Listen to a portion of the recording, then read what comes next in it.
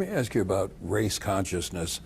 Do you see yourself as a leader who pushes race issues or general society issues or both? Is there a distinction between these? Does there have to be? Where do you fit in this? It all fits together to me in this panoply of rights and obligations. Race is important, but when we talk about the issue of HIV and AIDS, we're talking about a disease that's both preventable and curable. And that's about science and technology and pharmaceuticals. It's not about race. It becomes about race when we ignore it when it's the African and African American community that's impacted. But when it was gay whites, it had visibility, it had national recognition, and we saw its significance and urgency as a nation.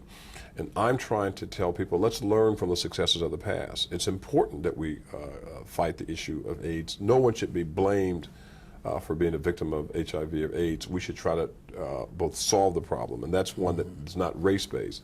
It's a broader issue about rights and responsibilities.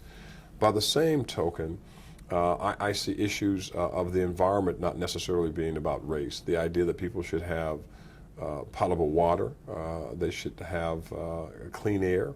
Those are issues that have no racial connection. Those are issues of basic fundamental human decency. Homelessness is not an issue about race and poverty. It impacts race in significant ways, but we're talking about issues of homelessness and poverty. That's an American dilemma that needs to be addressed, and not in the narrow sense. But I have to raise the race issue because too often we get into this debate, which I think isn't a serious debate, that the issue is class, not race. It's both, but it's significantly race, because you and I cannot get a cab in certain parts of this city or in Washington, D.C., or in New York, or in Detroit, or Chicago, no matter how well we're dressed. Even if we hold up Colin Powell's book, My American Journey, that's not going to get us a taxi cab, right? Race still matters. We go into a department store, no matter how much money we have or credit cards, we're going to be chaperoned and supervised in ways that have all to do with race and not to do with our ability to pay. If we try to buy a house today, we're going to pay more. If we try to get a loan today, we're going to pay more. We can't go in certain neighborhoods.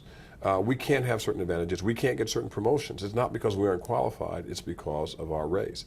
And so I raise that issue not because I'm preoccupied with race, but America's preoccupied with race, but in the wrong ways.